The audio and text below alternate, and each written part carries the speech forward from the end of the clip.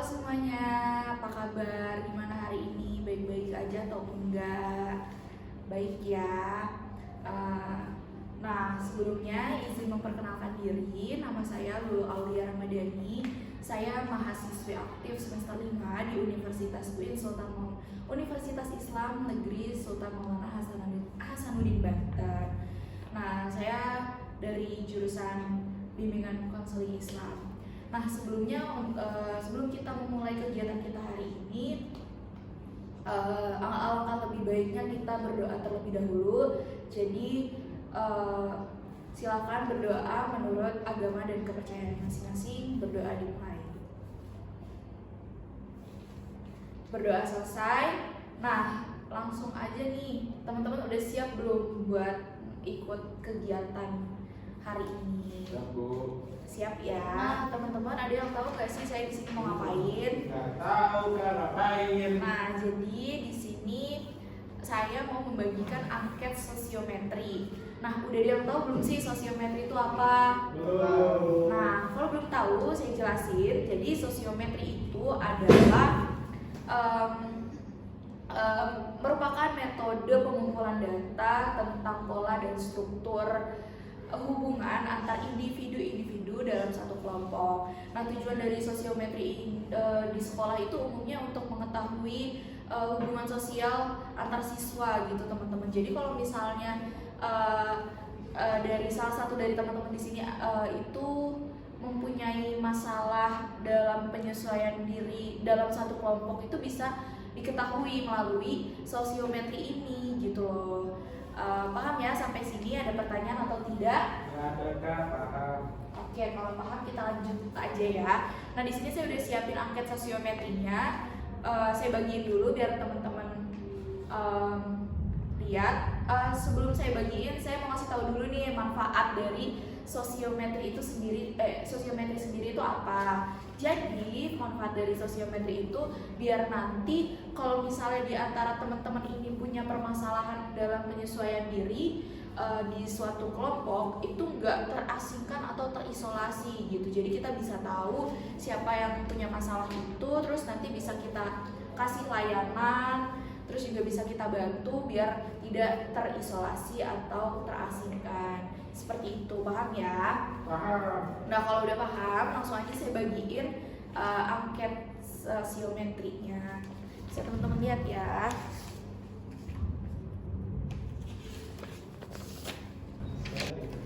Nah, udah dapat semua ya angketnya. Kalau udah dapat semua, di sini saya jelasin gimana cara ngisinya. Jadi di sini ada kolom nama dan kelas. Jadi itu diisinya sama nama kalian masing-masing dan diisi dengan kelas kalian masing-masing. Kalian tuh kelas berapa gitu.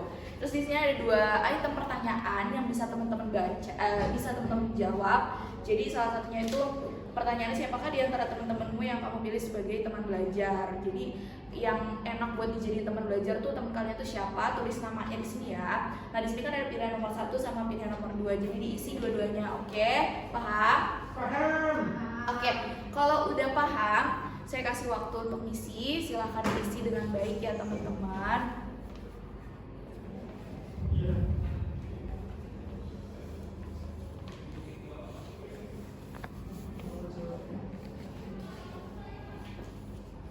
Nah, udah semua belum? Sudah. Udah ya, kalau udah saya ambil lagi kertasnya, dikumpulin. Kirain boleh dibawa pulang. Enggak dong, kan ini buat data. Oke. Oke, udah semua ya, udah dikumpulin semua. Jadi nanti hasil data dari data ini saya bakal olah dulu, terus nanti saya akan tentuin layanan yang sesuai dan tepat untuk kalian semua. Nah, saya ucapin terima kasih banyak yang udah mau membantu saya dan berpartisipasi untuk mengisi angket sosiometri. Semangat terus belajarnya, semoga bisa mencapai cita-citanya masing-masing. Nah, karena tadi kita awali dengan doa, kita akhiri juga dengan doa. Nah, berdoa dimulai. Berdoa selesai. Terima kasih. Saya akhiri. Wassalamualaikum warahmatullahi wabarakatuh. Waalaikumsalam warahmatullahi wabarakatuh. Nah, setelah pengambilan data, kita lanjut bikin sosiogramnya. Nah, di sini kita pakai teknik sosiogram bebas. Jadi kita bikin buletan-buletan kayak gini berisi inisial nama pengisinya. Kemudian kita taruh aja di sembarang tempat. Lalu selanjutnya kita kasih garis panah sesuai pilihan masing-masing dari anak. Di sini panahnya berbeda, ada yang berwarna hijau dan berwarna kuning. Jadi panah yang berwarna hijau itu artinya pilihan pertama. Nah, panah yang warna kuning itu artinya pilihan kedua. Karena kan di angket sosiometri yang sudah saya bagikan kemarin saat pengumpulan data itu ada pilihan 1 dan pilihan 2, jadi harus dibedakan seperti itu. Nah, lakukan hal ini sampai selesai, sampai semua terisi dan sampai sosiogramnya jadi.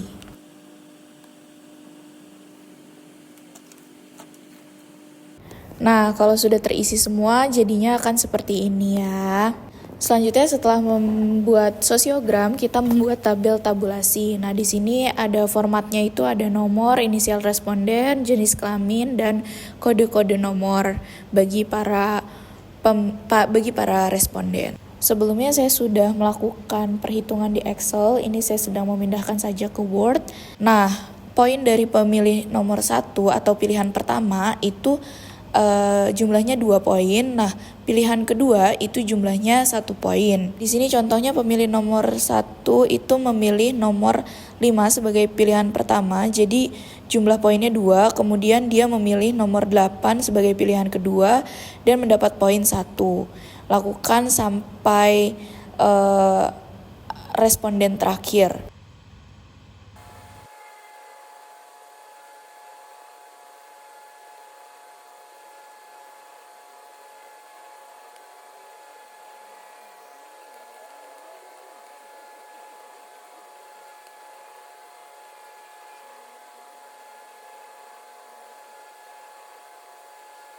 Nah, kalau sudah terisi semua poinnya, kita lanjut menghitung jumlah skor dan pemilih 1 dan pemilih 2.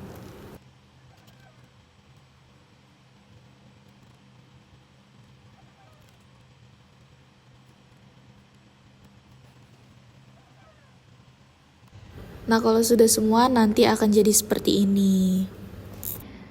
Nah, teman-teman, dari hasil pengolahan data yang sudah saya lakukan seperti di video sebelumnya, saya sudah bisa menentukan program layanan BK yang bisa diberikan kepada siswa atau siswi kelas 11.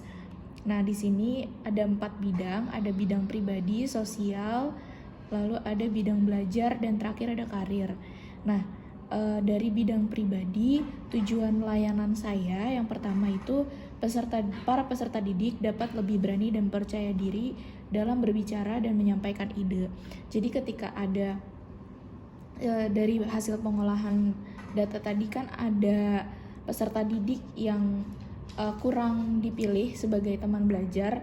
Nah, bisa jadi mereka itu kurang bisa menyampaikan ide mereka atau tidak percaya diri. Jadinya saya memberikan layanan yang bertujuan untuk agar nantinya peserta didik itu dapat lebih berani dan percaya diri dalam berbicara dan menyampaikan ide, agar mereka bisa menjadi teman belajar yang baik atau bisa dipilih menjadi teman belajar. Nah, di sini komponen layanannya itu ada layanan dasar. Nah, strategi layanan yang saya berikan adalah bimbingan kelompok karena layanan yang saya pilih adalah layanan dasar. Jadi yang paling cocok untuk tujuan ini adalah bimbingan kelompok. Nah, ditujukan untuk kelas 11 dan di sini ada materinya. Materi yang saya ambil untuk bimbingan kelompok nanti itu pemahaman mengenai percaya diri dalam berbicara dan menyampaikan ide. Begitu.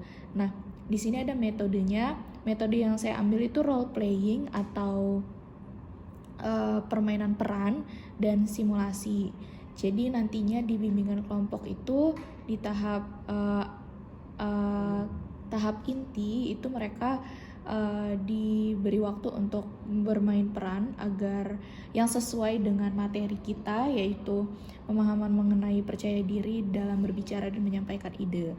Nah, medianya itu kartu karakter, karena sekarang ada kartu karakter yang bisa digunakan. Jadi nanti kartunya tuh berisi karakter apa aja sih yang kira-kira bakal mereka mainkan perannya, dan sesuai dengan tujuan serta materi kita tadi. Nah, evaluasinya masih proses dan menunggu hasil nanti. Nah, selanjutnya ada dari bidang sosial. Itu ada peserta didik. Tujuan layanan saya yang ketiga, karena di bidang sosial ini saya memberikan 3 layanan. Yang ketiga itu tujuannya peserta didik mampu memahami cara berbagi pengetahuan secara efektif kepada teman lainnya. Jadi kan berdasarkan hasil pengolahan datanya ada salah satu siswa yang disenangi atau banyak dipilih sebagai teman belajarnya. Jadi di sini juga kita perlu memberikan layanan kepada siswa tersebut agar dia tuh bisa berbagi pengetahuannya kepada temannya, atau menjadi tutor, untuk menjadi tutor gitulah teman-teman. Nah, di sini layanannya adalah layanan pendukung, karena kan kita ada pihak ketiga untuk memberi layanannya. Terus di sini ada strategi layanan yang saya kasih itu pendekatan khusus atau kolaboratif. Jadi nanti saya akan berkolaborasi atau melakukan pendekatan khusus kepada siswa yang terpilih menjadi teman belajar. Jadi strategi yang saya berikan adalah pendekatan khusus atau kolaboratif. Nah, materinya sendiri itu tentang pemahaman tentang cara berbagi materi secara efektif, biar nanti siswa ini dapat memberikan pemahaman atau berbagi pengetahuan kepada teman yang lainnya itu secara efektif, yang bisa dipahami dan bisa diterima oleh teman-teman lainnya. Nah, metodenya yang saya berikan itu adalah workshop dan penelitian. Jadi pelatihan. Jadi nanti saya akan memberikan pelatihan kepada siswa ini, salah satu siswa yang banyak terpilih menjadi teman belajar ini, dan mungkin akan mengadakan workshop juga. Nah, media yang saya berikan itu ada PowerPoint biar siswanya bisa lebih menerima materi-materi yang saya kasih saat pelatihan nanti. Nah, untuk evaluasinya ada proses dan hasil. Nah, itu dia tadi teman-teman 2 contoh layanan yang akan saya berikan nantinya berdasarkan hasil pengolahan datanya. Sebenarnya masih banyak. Di sini juga ada bidang belajar. Saya memberikan 2 layanan di bidang belajar, kemudian di bidang karir juga saya memberikan 2 layanan juga. Mungkin cukup sekian penjelasan saya mengenai program layanan BK untuk program yang nantinya akan saya berikan. Kurang lebihnya saya mohon maaf. Nah, baik, setelah program layanan BK yang sudah saya jelaskan tadi, di sini ada rencana pelaksanaan layanan atau RPL yang saya berikan nantinya. Di sini yang saya ambil strateginya itu konseling kelompok. Nah, komponen dan bidangnya masih sama seperti di program layanan. Komponen layanannya sendiri adalah layanan responsif. Kenapa saya mengambil layanan responsif? Karena strategi yang saya gunakan adalah konseling kelompok. Kemudian bidang yang saya ambil dalam RPL ini adalah dari bidang sosial. Nah, masalah konselingnya sendiri itu sulit berinteraksi dan berkomunikasi. Durasi waktu yang saya berikan itu 50 menit dalam satu sesi. Langsung aja. Jadi tujuan dari layanan sendiri itu adalah setelah layanan konseling kelompok selesai nantinya konseli itu bisa atau mampu berinteraksi dan berkomunikasi dengan baik. Nah, di sini ada teori, strategi, media, dan alat. Teori yang akan saya berikan nantinya adalah keterampilan interaksi dan komunikasi yang efektif. Kemudian saya menggunakan strategi role playing di sini atau permainan peran. Kemudian ada medianya sendiri itu ada kartu peran dan video. Nah, alat yang dibutuhkan itu buku panduan role playing agar nanti siswa atau konselingnya itu bisa mengerti bagaimana caranya bermain peran gitu atau bermain role playing ini. Kemudian alat yang saya butuhkan adalah Infocus. Nah, selanjutnya di sini ada langkah kegiatan layanan. Ada tahap awal atau pertemuan dengan anggota kelompok. Sebenarnya langkah-langkah atau tahap awal itu sama seperti langkah-langkah langkah-langkah konseling kelompok seperti biasanya. Guru BK mengucapkan salam, membangun hubungan dengan menanyakan kabar dengan konseli, terus juga guru BK mengajak anggota kelompok untuk berdoa terlebih dahulu. Lalu ada guru BK memberikan kesempatan kepada anggota kelompok untuk saling memperkenalkan diri, terus juga guru BK itu menjelaskan dan pengertian dan tujuan yang akan dicapai. Terus guru BK menyampaikan asas konseling dan langkah-langkah konseling kelompok. Kemudian anggota kelompok menyampaikan ikrar kesepakatan. Terus juga guru BK menggali ide dan perasaan anggota kelompok. Nah, selanjutnya ada tahap transisi. Tahap transisi itu berisi menanyakanlah kepada siswa atau konseli kesiapan mereka untuk memulai kegiatan konseling kelompok nantinya gitu. Nah, yang berbeda itu ada di tahap inti. Jadi yang pertama di tahap inti itu guru BK memberikan kesempatan kepada setiap anggota untuk mengemukakan keluhan dan kesulitan yang sedang dialami saat ini. Kayak faktor apa aja sih yang menyebabkan mereka tuh sulit berkomunikasi dengan baik gitu loh. Terus juga guru BK itu menetapkan masalah yang menjadi prioritas. Kemudian guru BK bersama anggota kelompok menyepakati masalah yang dibahas. Nah, guru BK juga melibatkan anggota kelompok untuk memberikan pendapat terkait masalah yang terpilih. Nah, di sini perbedaannya karena kita menggunakan metode role playing, itu di sini ada cara-cara role playingnya juga. Jadi yang pertama, memilih skenario yang sesuai dengan permasalahan. Jadi nanti skenarionya itu dipilih sesuai dengan permasalahan. Kan kita tadi permasalahannya adalah konseli itu kurang bisa berkomunikasi dengan baik. Jadi kita memilih skenario yang sesuai dengan permasalahan tersebut. Kemudian ada pembagian peran menggunakan kartu peran tadi, karena kita alatnya menggunakan kartu peran. Jadi kartu peran itu disiapkan untuk pembagian peran bagi para konseli nantinya. Nah, selanjutnya itu menjelaskan skenario dan perannya, terus juga memberikan aturan role playing berdasarkan buku panduan tadi yang sudah saya jelaskan di atas. Terus kemudian memulai role playing, setelah itu pemantauan oleh fasilitator atau guru BK atau konselor, terus juga menghentikan simulasi dengan lancar. Jadi kayak setelah sudah selesai itu dihentikannya dengan baik gitu, dengan lancar dan efektif. Terus juga setelah role playing ini selesai, guru BK itu memberikan penguatan melalui video. Nah, jadi video yang kita siapkan itu sesuai juga dengan materi atau teori dan sesuai dengan permasalahan konselinya agar bisa memberikan penguatan melalui video tersebut. Terus juga yang terakhir, anggota kelompok itu menyampaikan pemahaman dari video yang telah dilihat. Jadi nanti konseli atau siswanya itu disuruh menyampaikan pemahaman mereka lah dari video yang telah mereka tonton. Terus di sini ada tahapan menutup seperti biasa. Guru BK mengajak anggota kelompok menyimpulkan hasil konseling kelompok. Lalu guru BK itu mengucapkan terima kasih dan memberikan semangat kepada konseli atau siswa. Setelah itu mengajak untuk berdoa. Dan yang terakhir guru BK mengucapkan salam dan bersalaman dengan anggota kelompok. Selanjutnya ada evaluasi. Evaluasi itu ada dua, ada evaluasi proses dan evaluasi hasil. Nah, evaluasi proses ini ada 5 poin. Yang pertama, mengobservasi antusiasme peserta didik, kemudian memantau keaktifan anggota kelompok, mengamati interaksi dan komunikasi anggota kelompok saat memainkan peran, pemantauan perkembangan selama sesi, dan yang terakhir penilaian terhadap keterlaksanaan proses konseling.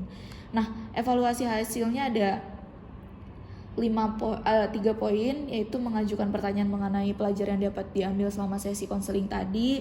Terus juga bisa juga para konseli diminta untuk mengisi kuesioner pasca sesi. Jadi peserta itu dapat mengisi kuesioner yang berisi pertanyaan tentang manfaat yang mereka rasakan ketika konseling tadi. Terus juga bisa juga diambil dari penilaian skala Likert menggunakan skala untuk menilai aspek-aspek tertentu. Misalnya kayak keterampilan komunikasi saya meningkat setelah role playing gitu, melakukan permainan peran dari skala 1 sampai 5 tuh nilainya berapa, seperti itu. Nah, dari tahapan tadi, tahap penutup itu waktunya 3 menit, kemudian tahap inti itu 37 menit, lalu tahap transisi 5 menit, dan tahap awal itu 5 menit. Jadi total alokasi waktu yang dibutuhkan dalam satu sesi adalah 5 menit. Nah, itu dia RPL yang bisa saya RPL saya, salah satu RPL saya untuk melaksanakan program saya nanti. Sekian video mengenai pengadministrasian, lalu pengolahan data, program layanan BK yang sudah saya tentukan, terus juga RPL atau rencana pelaksanaan layanan yang bisa saya sampaikan. Mohon maaf jika banyak kekurangan. Wassalamualaikum warahmatullahi wabarakatuh.